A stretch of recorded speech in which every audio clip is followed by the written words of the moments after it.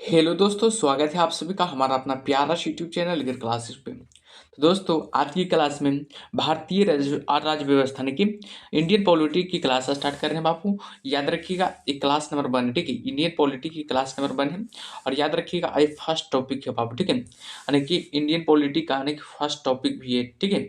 आज की क्लास में बाबू यानी कि भारत का संवैधानिक विकास के बारे में देखेंगे, ठीक है। कॉन्स्टिट्यूशनल डेवलपमेंट ऑफ इंडियन के बारे में देखेंगे, ठीक है। तो चलिए बिना देरी किए सेशन को शुरू करते हैं। चलिए देखते हैं फर्स्ट पॉइंट क्या है कि रेगुलेटिंग एक्ट 1773 द्वारा सर्वोच्च न्यायालय की स्थापना कहाँ की गई थी। तो बात किया जा रहा है कि रेगुलेटिंग एक्ट 1773 द्वारा सर्वोच्च न्यायालय की स्थापना कहाँ की गई थी। तो हमेशा तक ना कलकत्ता में की गई थी। कब की गई थी? तो 1774 में ईस्वी में, ठीक है। अगला पॉइंट है कि भारतीय को भारत के प्रशासन में भाग लेने का अधिकार किस अधिनियम के द्वारा प्राप्त हुआ। तो देखिएगा, चार्टर एक्ट अधिनियम 1833 के द्वारा। याद रखना है, चार्टर एक्ट अधिनियम 1833 के द्वारा, ठीक है।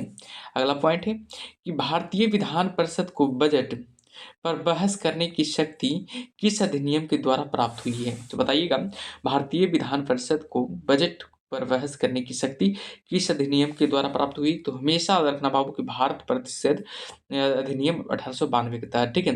भारतीय परिषद अधिनियम 1892 के तहत, ठीक है।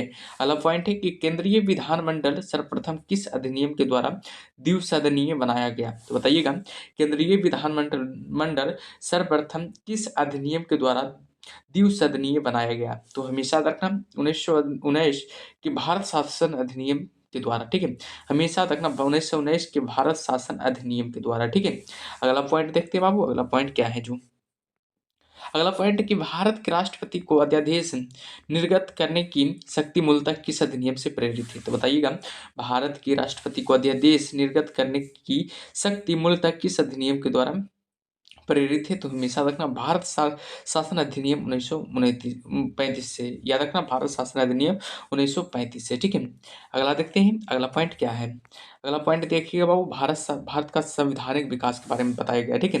देखिएगा, ईस्ट इंडिया कंपनी के अंतर्गत कौन कौन संवैधानिक विकास हुआ, देखिएगा, ठीक है।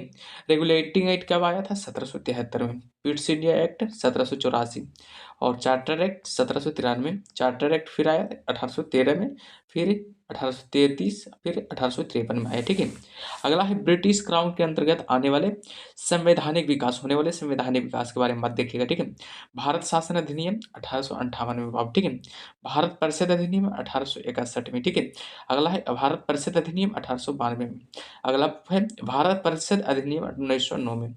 अगला भारत शासन अधिनियम 1919 और भारत शासन अधिनियम 1935। फिर भारत स्वतंत्रता अधिनियम 1947, ठीक है। चलिए अगला पॉइंट को देखते हैं, अगला पॉइंट क्या है। अगला पॉइंट है बाबू कि केंद्र में द्वैध शासन व्यवस्था किस अधिनियम के द्वारा लागू की गई थी। केंद्र में द्वैध शासन व्यवस्था किस अधिनियम के द्वारा लागू की गई थी। तो हमेशा रखना, भारत शासन अधिनियम 1935 के तहत। भारत शासन अधिनियम 1935 के तहत बाबू याद रखना, हम केंद्र में द्वैध शासन व्यवस्था लागू की गई थी, ठीक है।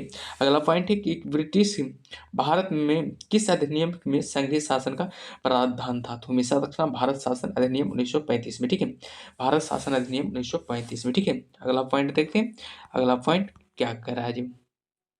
अगला पॉइंट देखिएगा, अगला पॉइंट कह रहा है बाबू कि अखिल भारतीय संघ स्थापित करने का प्रावधान किस अधिनियम में किया गया था। अखिल भारतीय संघ स्थापित करने का प्रावधान किस अधिनियम में किया गया था। तो हमेशा रखना, भारत शासन अधिनियम 1935 में। भारत शासन अधिनियम 1935 में, ठीक है। अगला पॉइंट है कि भारत के संविधान में केंद्र और राज्यों के मध्य किया गया शक्तियों का विभाजन भारत सरकार अधिनियम 1935 में आधारित है। तो पॉइंट याद रखिएगा आप, ठीक है। ये पॉइंट जरूर याद रखिएगा, जो भी बॉक्स में बंद रहता है उसको ध्यान दीजिएगा, ठीक है। वो बहुत इंपॉर्टेंट रहता है, ठीक है। अगला पॉइंट है कि एक निर्वाचित संविधान सभा द्वारा भारत के संविधान का निर्माण करने का प्रस्ताव किसके द्वारा दिया गया था। तो बताइएगा, किसके द्वारा दिया गया था। तो हमेशा तक क्रिप्स मिशन के द्वारा, ठीक है। क्रिप्स मिशन के द्वारा दिया गया था, ठीक है। अगला पॉइंट है, अगला पॉइंट देखिएगा, ठीक है। अगला पॉइंट क्या है जो अगला पॉइंट है कि भारतीय संविधान सभा का गठन किसके अंतर्गत किया गया था। तो बताइएगा, भारतीय संविधान सभा का गठन किसके अंतर्गत किया गया था। तो हमेशा रखना, कैबिनेट मिशन, कैबिनेट मिशन के अंतर्गत किया गया था, ठीक है। कैबिनेट मिशन के अंतर्गत किया गया था। कैबिनेट मिशन भारत कब आया था, तो हमेशा तक 1946 में, 1946 में कैबिनेट मिशन भारत आया था, ठीक है। ये पॉइंट याद रखिएगा। अगला पॉइंट है बाबू, कैबिनेट मिशन द्वारा प्रस्तुत योजना के अनुसार संविधान सभा में प्रांतों में से प्रतिनिधियों का निर्वाचन किस अनुपात था, तो बताइएगा किस अनुपात में था, तो बताइएगा इसका पॉइंट क्या होगा। आंसर हो जाएगा 10 लाख की जनसंख्या पर एक सदस्य। 10 लाख की जनसंख्या पर क्या, एक सदस्य हो जाएगा, ठीक है। अगला पॉइंट देखिएगा कि भारतीय संविधान का निर्माण करने वाली संविधान सभा के सदस्यों का चुनाव किसके द्वारा किया गया था, बताइएगा। भारतीय संविधान का निर्माण करने वाली संविधान सभा के सदस्यों का चुनाव किसके द्वारा किया गया था, तो हमेशा याद रखना विभिन्न प्रांतों की विधानसभा के द्वारा, विभिन्न प्रांतों की विधानसभा के द्वारा किया गया था, ठीक है। अगले पॉइंट को चलते हैं। अगला पॉइंट क्या कह रहा है, जो अगला पॉइंट ध्यान दीजिएगा बाबू कि अंतरिम सरकार वर्ष 1946, यानी कि कैबिनेट मिशन पहले तो जान लीजिएगा कब आया था, एग्जाम में बहुत बार पूछा जाता है। 1946 बताइएगा, ठीक है। कैबिनेट मिशन 1946 में आया था, ठीक है, याद रखिएगा। इधर सदस्य का नाम दिया हुआ देखिएगा, अंतरिम सरकार में इधर सदस्य का नाम दिया है, उनका धारिता विभाग यानी कि किस विभाग पर है जो दिया गया है, ठीक है। पंडित जवाहरलाल नेहरू किस विभाग पर थे, तो याद रखना राष्ट्रमंडल संबंध तथा विदेशी मामले में पर थे, ठीक है। अगला है कि सरदार वल्लभ भाई पटेल किस विभाग पर थे, तो याद रखना गृह मंत्री भी थे, सूचना एवं प्रसारण विभाग पर भी थे, ठीक है। अगला है डॉक्टर राजेंद्र प्रसाद, डॉक्टर राजेंद्र प्रसाद खाद्य एवं कृषि विभाग में थे।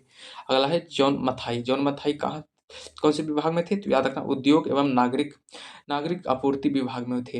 अगला पॉइंट है जगजीवन राम किसमें, तो याद रखना श्रम विभाग में, ठीक है। अगला है सरदार बलदेव सिंह किसमें है थे, रक्षा में, ठीक है।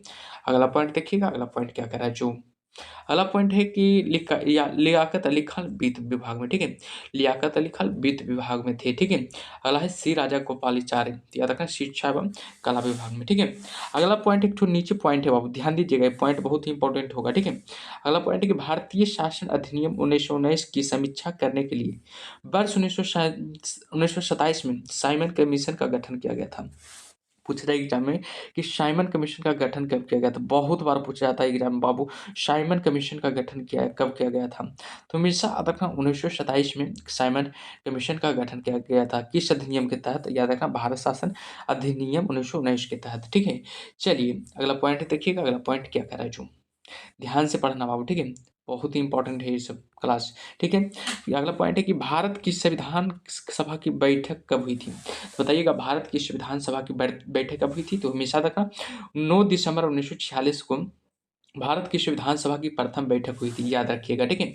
अगला पॉइंट है कि भारतीय संविधान का प्रथम प्रारूप सर वी एन राव द्वारा तैयार किया गया था, बताइएगा भारतीय संविधान का प्रथम प्रारूप सर वी एन राव द्वारा तैयार किया गया था, याद रखिएगा, ठीक है। अगला पॉइंट है कि संविधान सभा का अस्थायी अध्यक्ष किसे चुना गया था, तो बताइएगा संविधान सभा का अस्थायी अध्यक्ष किसे चुना गया था, तो हमेशा रखना डॉक्टर राजेंद्र प्रसाद को संविधान सभा का अस्थायी अध्यक्ष चुना गया था।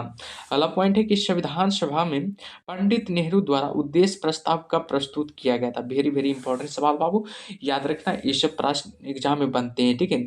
तो हमेशा याद रखना 13 दिसंबर 1946 को पूछा जाए एग्जाम में कि भारत संविधान सभा में पंडित नेहरू द्वारा उद्देश्य प्रस्ताव कब प्रस्तुत किया गया था, तो हमेशा रखना 13 दिसंबर 1946 को। अगला पॉइंट है कि नेहरू द्वारा प्रस्तुत उद्देश्य प्रस्ताव संविधान सभा में कब स्वीकृत हुआ था, तो हमेशा रखना 22 जनवरी 1946 को, 22 जनवरी 1946 को, ठीक है। अगला पॉइंट देखते हैं, अगला पॉइंट क्या कर रहा है, जो अगला पॉइंट है वो कि भारतीय संविधान के निर्माण काल में संविधान सभा के कुल कितने अधिवेशन हुए थे, तो हमेशा रखना 12 अधिवेशन हुए थे बाबू, ठीक है, 12 अधिवेशन हुए थे, ठीक है। अगला पॉइंट है कि भारतीय संविधान के निर्माण में संविधान सभा को कितना समय लगा, तो बताइएगा भारतीय संविधान के निर्माण में संविधान सभा को कितना समय लगा था, तो हमेशा रखना 2 वर्ष 11 माह और 18 दिन का टाइम लगा था बाबू, ठीक है। भारतीय संविधान के निर्माण में संविधान सभा को कितना समय लगा, तो हमेशा रखना 2 वर्ष 11 माह और 18 दिन का समय लगा था। अगला पॉइंट है कि भारतीय संविधान सभा के संवैधानिक सलाहकार कौन थे, तो बताइएगा भारतीय संविधान सभा के संवैधानिक सलाहकार कौन थे, तो याद रखना सर वी एन राव हो जाएगा, ठीक है। अगला पॉइंट देखते हैं बाबू, भारत की संविधान सभा में वर्तमान रूप में राष्ट्रीय ध्वज को कब अपनाया था? तो बताइएगा, भारत के संविधान सभा ने वर्तमान रूप से राष्ट्रीय ध्वज को अब कब अपनाया गया था? तो हमेशा रखना 22 जुलाई 1947 को, 22 जुलाई 1947 को हमेशा रखना बाबू, ठीक है, ये सब पॉइंट को, ठीक है। अगला पॉइंट देखते हैं, अगला पॉइंट क्या है, जो ध्यान से देखिएगा, ठीक है। अगला पॉइंट है बाबू कि संविधान सभा का प्रथम बैठक की अध्यक्षता कौन किया था? तो हमेशा रखना डॉक्टर सच्चिदानंद सिन्हा ने की थी। तो याद रखना डॉक्टर सच्चिदानंद सिन्हा ने की थी। ये अस्थायी अध्यक्ष भी थे बाबू, ठीक है। याद रखना संविधान सभा का अस्थायी अध्यक्ष किसे माना जाता? तो याद रखना डॉक्टर सच्चिदानंद सिन्हा को। अगला पॉइंट है कि भारत का संविधान कब स्वीकार किया गया? भारत का संविधान कब स्वीकार किया गया था? तो इसे याद रखना 26 नवंबर 1949 को, ठीक है। 26 नवंबर 1949 को भारत का संविधान स्वीकार किया गया था बाबू, ठीक है, याद रखना। अगला पॉइंट है कि भारतीय संविधान पूर्णतः कब लागू हुआ? भारतीय संविधान पूर्णतः कब लागू हुआ? तो हमेशा रखना 26 जनवरी 1950 को हमारा भारतीय संविधान क्या हो गया था, लागू हो गया था, ठीक है, याद रखिएगा। अगला पॉइंट देखते हैं बाबू, अगला पॉइंट क्या करा जो संविधान सभा, ध्यान दीजिएगा, संविधान सभा कॉन्स्टिट्यूंट असेंबली वगैरह, ठीक है, क्या करा? 9 दिसंबर 1946 को संविधान सभा की प्रथम बैठक हुई, ध्यान दीजिएगा कहानी के रूप में, ठीक है। 9 दिसंबर 1946 को संविधान सभा की प्रथम बैठक हुई, ठीक है, जिसमें डॉक्टर सच्चिदानंद सिन्हा को अस्थायी अध्यक्ष तथा 11 दिसंबर 1946 को डॉक्टर राजेंद्र प्रसाद को अस्थायी अध्यक्ष चुना गया था, ठीक है। दोनों का अस्थायी अध्यक्ष और अस्थायी अध्यक्ष कब चुना गया था? तो 11 दिसंबर 1946 को, ठीक है। अगर बात किया जाए कि संविधान निर्माण का प्रारंभ कब हुआ था? 13 दिसंबर 1946 को पंडित जवाहरलाल नेहरू द्वारा प्रस्तुत प्रस्ताव से हुआ, जिसे 22 जनवरी 1947 को सर्वसम्मति से स्वीकार कर लिया गया था, ठीक है। पूछा जाए एग्जाम में कि नेहरू द्वारा उद्देश्य प्रस्ताव जो दिया गया था उसे स्वीकार कब किया गया था? तो हमेशा रखना 22 जनवरी 1947 को, ठीक है। 22 जनवरी 1947 को नेहरू द्वारा उद्देश्य प्रस्ताव जो दिया गया था उसको स्वीकार कर लिया गया था। अब कब दिया गया था बताइएगा, कब दिया गया था बताइएगा, आप लोग कब दिया गया था, आप लोग कमेंट में जरूर बताइएगा, ठीक है। अगला है कि 22 नवंबर 1949 को भारतीय संविधान अंगीकृत हुआ। 26 नवंबर 1949 को संविधान अंगीकृत हुआ था, किया गया, जबकि 26 जनवरी 1950 को पूर्णतः लागू हुआ था। हमारा भारत का संविधान कब लागू हुआ था? तो याद रखना 26 जनवरी 1950 को, 26 जनवरी 1950 को बाबू हमारा भारत का संविधान लागू हो गया था, याद रखिएगा, ठीक है। अगला पॉइंट देखते हैं, अगला पॉइंट क्या करा जो अगला पॉइंट थोड़ा नीचे आते हैं, फिर से ऊपर से आना पड़ेगा। देखिए अगला पॉइंट क्या करा जो अगला पॉइंट है कि 26 नवंबर 1949 को भारतीय संविधान किसके द्वारा अधिनियमित किया गया था? याद रखना संविधान सभा के द्वारा बाबू, ठीक है। 26 नवंबर 1949 को भारतीय संविधान किसके द्वारा अधिनियमित किया गया था? तो संविधान सभा के द्वारा अधिनियमित किया गया था।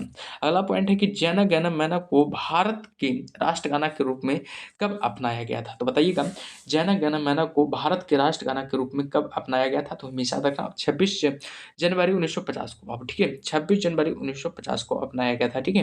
अगला पॉइंट है कि भारत सरकार द्वारा अशोक स्तंभ को राष्ट्रीय चिन्ह के रूप में कब अंगीकृत किया गया था? बताइएगा, भारत सरकार को द्वारा अशोक स्तंभ को राष्ट्रीय चिन्ह के रूप में कब अंगीकृत किया गया था? तो हमेशा रखना 26 जनवरी 1950 को बाबू, ठीक है, 26 जनवरी 1950 को अंगीकृत किया गया था, ध्यान दीजिएगा, ठीक है। अगला पॉइंट है, अगला पॉइंट पर ध्यान दीजिएगा। अगला पॉइंट है कि संविधान सभा की सलाहकार समिति के अध्यक्ष कौन थे? तो याद रखना सरदार वल्लभ भाई पटेल थे। एग्जाम में पूछा जाए कि संविधान सभा की सलाहकार समिति के अध्यक्ष कौन थे? तो हमेशा रखना सरदार वल्लभ भाई पटेल, यानी कि सरदार सलाहकार समिति के अध्यक्ष थे, ठीक है। अगर बात किया जाए संविधान सभा की झंडा समिति के अध्यक्ष कौन थे? तो हमेशा रखना डॉक्टर राजेंद्र प्रसाद भारत संविधान सभा के झंडा समिति के अध्यक्ष थे बाबू, ठीक है। चलिए अगला पॉइंट देखिएगा, एक नज़र देख लीजिएगा कौन किस समिति से थे, देखिएगा आखिर कौन से अध्यक्ष थे। संघ शक्ति समिति के अध्यक्ष कौन थे? तो पंडित जवाहरलाल नेहरू थे, ठीक है। संघ शक्ति समिति के अध्यक्ष याद रखना पंडित जवाहरलाल नेहरू थे। संघीय संविधान समिति के अध्यक्ष कौन थे? तो पंडित जवाहरलाल नेहरू, याद रखना पंडित जवाहरलाल नेहरू संघीय संविधान समिति के अध्यक्ष भी थे। अगला हैं कि प्रांतीय संविधान समिति के अध्यक्ष कौन थे? तो सरदार वल्लभ भाई पटेल थे। सरदार वल्लभ भाई पटेल प्रांतीय संविधान समिति के अध्यक्ष थे। प्रारूप समिति के अध्यक्ष कौन थे? तो हमेशा तक doctor B R Ambedkar. Doctor B R Ambedkar प्रारूप समिति के अध्यक्ष थे और पिता भी माना जाता है, संविधान सभा का पिता डॉक्टर वी आर अम्बेडकर को ही माना जाता है। ठीक है, अगला पॉइंट है कि मौलिक अधिकारों एवं अल्पसंख्यकों संबंधी परामर्श समिति के अध्यक्ष कौन थे? तो याद रखना सरदार वल्लभ भाई पटेल हो जाएगा। ठीक है, अगला पॉइंट देखते हैं बाबू, अगला पॉइंट क्या करा जो कि प्रक्रिया नियम समिति के अध्यक्ष कौन थे? तो याद रखना डॉक्टर राजेंद्र प्रसाद हो जाएगा। ठीक है, राज्यों के लिए समिति कौन थे? तो याद रखना पंडित जवाहरलाल नेहरू हो जाएगा। और संचालन समिति के अध्यक्ष कौन थे? तो याद रखना डॉक्टर राजेंद्र प्रसाद हो जाएगा। संचालन समिति के अध्यक्ष कौन थे? तो याद रखना हमेशा डॉक्टर राजेंद्र प्रसाद हो जाएगा। अगला पॉइंट देखते हैं बाबू, अगला पॉइंट क्या करा जो अगला पॉइंट है कि बाबू संविधान सभा के कार्यों से संबंधित समिति के अध्यक्ष कौन थे? तो बताइएगा, संविधान सभा के कार्यों से संबंधित समिति के अध्यक्ष कौन थे? तो याद रखना जीबी मावलंकर बाबू। ठीक है, जीबी मावलंकर हो जाएगा, जीबी मावलंकर हो जाएगा। ठीक है, एक नजर देख लीजिएगा, बढ़िया से ध्यान दीजिएगा। डॉक्टर वी आर अम्बेडकर की अध्यक्षता में संविधान सभा की प्रारूप समिति में 6 अन्य सदस्य थे। एन गोपालाचारी अयंगर थे, डॉक्टर के एम मुंशी थे, बी एम मिश्रा थे और बाद में इनके स्थान पर एन माधव कर दिया गया था। बी एन मिश्रा के स्थान पर, मित्रा के स्थान पर किसके रखा गया था? एन माधव राव को। ठीक है, और अगला अलादी थे, कृष्णा स्वामी अय्यर थे, सैयद मोम सदुल्ला थे तथा डीपी खेतान थे। बाद में इनके स्थान पर टीटी कृष्णामाचार्य थे, याद रखिएगा। ठीक है, अगला पॉइंट क्या करा, अगला पॉइंट पर ध्यान दीजिएगा। अगला पॉइंट है बाबू, संविधान सभा ने डॉक्टर बी आर अम्बेडकर की अध्यक्षता में प्रारूप समिति का गठन कब किया था? याद रखना 29 अगस्त 1947 को। प्रारूप समिति का गठन कब किया था? याद रखना 29 अगस्त 1947 को। अगला पॉइंट है कि डॉक्टर बी आर अम्बेडकर का संविधान सभा में निर्वाचन किस प्रेसिडेंसी में से हुआ? तो बताइएगा, डॉक्टर बी आर अम्बेडकर का संविधान सभा में निर्वाचन किस प्रेसिडेंसी से हुआ? तो याद रखना बम्बई प्रेसिडेंसी से हुआ। ठीक है, हमेशा रखना बम्बई प्रेसिडेंसी से हुआ। कब? 1947-50 में। पहले बंगाल प्रेसिडेंसी थे, याद रखना 1946 से 47 से। ठीक है, अगला बात किया जाए, अगला पॉइंट है नीचे वाला कि भारत का संविधान मूलतः 2 भाषाओं हिंदी अंग्रेजी में लिखा गया, अंग्रेजी में लिखा गया था और सभी सदस्यों ने इन दोनों उस प्रतियों पर हस्ताक्षर किए थे। याद रखिएगा, ये point very very important point है बाबू। ठीक है, तो चलिए पहला टॉपिक आज कंप्लीट हुआ बाबू, भारतीय संविधान का। याद रखिएगा, भारतीय संविधान का पहला टॉपिक कंप्लीट हो गया। ठीक है, भारतीय संविधान का पहला टॉपिक कंप्लीट हो गया। ठीक है, तो ये याद रखिएगा, पहला टॉपिक था। अगले दिन नेक्स्ट दिन अगला टॉपिक लाएंगे। ठीक है, टॉपिक नंबर 2 लाएंगे। ठीक है, और बताइएगा क्लास कैसा लगा, आप लोग कमेंट में जरूर बताइएगा। ठीक है, और सपोर्ट जरूर कीजिए, लाइक कीजिए, सब्सक्राइब कीजिए, शेयर जरूर कीजिए क्लास को। ठीक है, तब तक के लिए ओके बाय।